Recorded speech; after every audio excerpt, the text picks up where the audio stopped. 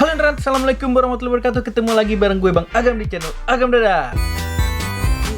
Dan selamat datang di segmen Talk Toys. Udah lama banget nggak ada segmen Talk Toys, dan udah ada beberapa teman-teman juga yang nanyain, Bang, segmen Talk Toys lagi dong. Dan spesial Talk Toys kali ini gue akan sharing 5 tips ikut lelang mainan. Jadi buat teman-teman yang sudah ngikutin YouTube gue, mungkin tahu ya, bisa dibilang hampir 50% mainan-mainan yang gue beli itu dari lapak lelangan. Kenapa gue sering ikut lelangan? Karena kemungkinan besar kalian bisa dapat mainan di bawah harga pasar pastinya kalau di lelangan. Tapi emang harus hunting banget, karena lapak lelangan itu sekarang udah banyak banget, gengs. Di hampir semua platform sosial media tuh ada pasti lelangan.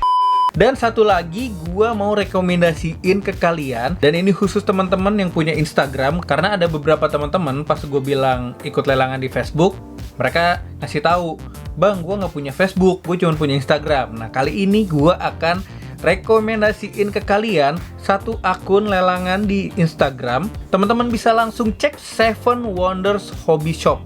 Di situ suka buka lelangan, jadi kemungkinan besar teman-teman bisa dapat mainan lebih murah dibandingkan harga pasar. Untuk teman-teman yang lagi BU juga, butuh dana cepet, bisa banget titip lelang di Seven Wonders Hobby Shop. Kalian bisa langsung cek di Instagramnya, di situ juga banyak rules, tata cara untuk lelang, tata cara untuk titip lelangan. Gue juga lagi mantau nih, siapa tahu ada wishlist gue di lelang di sana. Jadi siap-siap kita ketemu di sana, kita sikut-sikutan. So langsung aja kita masuk ke 5 tips ikut lelangan atau belanja di lelangan mainan. Yang pertama, teman-teman harus tahu atau mengenal istilah-istilah di dunia perlelangan. Jadi ada beberapa istilah-istilah atau singkatan-singkatan seperti ada OB, bid, bin, sama istilah sniper. Jadi kalau OB itu bukan OB office boy ya. Jadi OB itu open bid, buka harga awal. Nah, ini berbeda-beda nih. Ada yang open bidnya start dari 0 rupiah, ada yang open bidnya 200.000, ada yang open bidnya 500.000. Kalau Hot Toys bisa open bidnya 1 juta misalkan.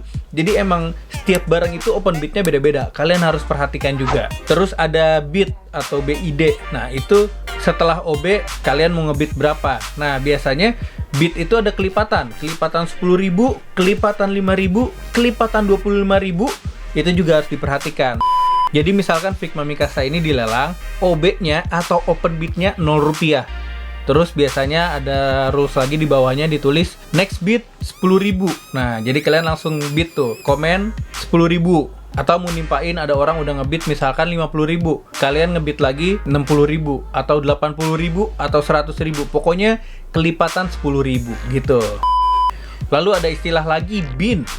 BIN, itu singkatan dari Buy It Now. Nah, jadi misalkan Figma Levi ini dilelang, open bidnya 50.000, next bidnya 10.000. Jadi teman-teman bisa ngebid 60.000, 80.000, pokoknya kelipatan 10.000. Tapi di bawahnya ada keterangan bin 1 juta. Nah, itu kalau teman-teman mau ngebin atau Buy It Now, langsung ketik di komentarnya bin gitu. Teman-teman langsung bayar 1 juta buat gua, jadi nggak usah ikut lelangan. Tapi ada juga barang yang keterangannya tuh no bin, jadi emang nggak bisa di bin, harus ikut lelangan. Biasanya itu barang-barang most wanted items dan rare banget tuh, biasanya dibikin no bin gitu. Jadi seru banget, sampai akhir lelang bakal sikut-sikutan deh. Lalu ada istilah lagi sniper. Nah, ini yang biasa gua lakuin.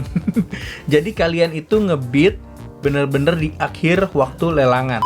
Jadi contoh Marvel Legends Star-Lord ini, terus kita bid di beberapa detik sebelum waktunya habis. Tapi teman-teman harus perhatiin juga, biasanya itu ada injury time. Jadi misalkan si pelelang itu bikin rules, kalau ada yang ngebid 10 menit sebelum waktunya habis, itu bakal diperpanjang setengah jam misalkan. Jadi itu akan dilakuin misalkan 2 kali. So kalau end jam 8, terus jam 8 kurang 5 ada yang ngebid, bakal injury time sampai setengah 9. Kalau mendekati setengah 9 ada yang ngebid lagi, diperpanjang sampai jam 9. Batasnya tapi sampai jam 9 gitu misalkan ya. Ada juga gua pernah lihat lapak lelangan itu, teman-teman nggak bisa sniper kalau belum ngebid 2 kali di barang yang kalian mau gitu. Jadi rulesnya tuh beda-beda, teman-teman harus perhatiin. Yang pertama kira-kira itu kenali istilah-istilah dalam lelangan. Ada OB, atau open bid, ada bid singkatan dari bidding, terus ada bin, buy it now, ada istilah sniper. Kalau ada istilah lain yang teman-teman tahu, bisa langsung komen di bawah. Yang kedua, ini penting juga dibaca rules lelangannya. Karena gue jamin 100% setiap pelelang itu punya rules masing-masing. Kayak yang tadi udah gue mention, kalian nggak bisa nge-snipe barang kalau belum ngebid 2 kali minimal di barang yang kalian mau. Misalkan, ada juga masalah pelunasan. Misalkan, setelah diumumkan menang, harus ngelunasin 2 kali 24 jam. 1 kali 24 jam, itu juga ada. Terus perhatiin juga kayak transaksi hanya direct transfer, tidak bisa Tokopedia atau marketplace lain. Ini banyak banget kasus soalnya teman-teman jadi bid and run, jadi di blacklist karena teman-teman ngarep mau bayarnya via Tokopedia tapi ternyata nggak bisa gitu ya. Jadi di awal harus bener-bener diperhatikan rules-nya, dibaca baik-baik, biasanya di poin-poin tuh 1, 2, 3, 4, 5, 6 gitu ya. Terutama buat teman-teman yang baru pertama kali ikut lelang di lapak tersebut. Yang ketiga, perhatikan waktu end lelang. Jadi kalau teman-teman ngincer satu barang tuh ngincer banget, bener-bener diperhatiin tuh end lelangnya tanggal berapa, jam berapa. Itu yang biasa gue lakuin juga pastinya ya, karena gue suka banget jadi sniper. Biasanya gue pasang alarm di handphone setengah jam sebelum lelangnya selesai. Jadi ada jeda remindernya gitu ya. Misalkan endnya jam 9, setengah 9 gue pasang alarm di handphone gitu. Jadi pas alarmnya nyala, oh iya ada lelangan, tiba-tiba ingat gitu. Jadi perhatikan waktu end lelangnya. Ada juga di lapak lelangan yang dia taruh end time-nya itu beda-beda. Jadi antara barang A end lelangnya jam 8:05, barang B end lelangnya jam 9, barang C end lelangnya setengah 9. Itu ada juga yang kayak gitu. Jadi diperhatikan waktu end lelangnya biar kalian gak kelewatan. Yang keempat, pakai timer kalau mau jadi sniper. Nah ini penting juga nih. Biasanya ini nih ketat banget nih persaingan sniper-sniper ini ya, terutama di barang-barang yang bener-bener rare item dan wishlist bersama. Lelang 20.00. Biasanya ada keterangan lagi 20.01 itu udah nggak berlaku. Nah, gue biasanya nih kalau bener-bener barang yang diincer banget ya, begitu jam 20.00 gue langsung pasang timer 1 menit tuh, terus di detik ke-50 langsung ketik dan send. Nah itu biasanya kalau apes-apesnya internet lagi jelek, loading dulu, begitu ke send udah lewat dari jam 20.00, jam 20.01, which is angus bid gua. Itu sering banget kayak gitu. Jadi itu salah satu seni jadi sniper di lelangan ya. Atau kalau emang mau ambil resiko, mau main lebih aman, misalkan barangnya lagi di bid tuh sekitar 500-an.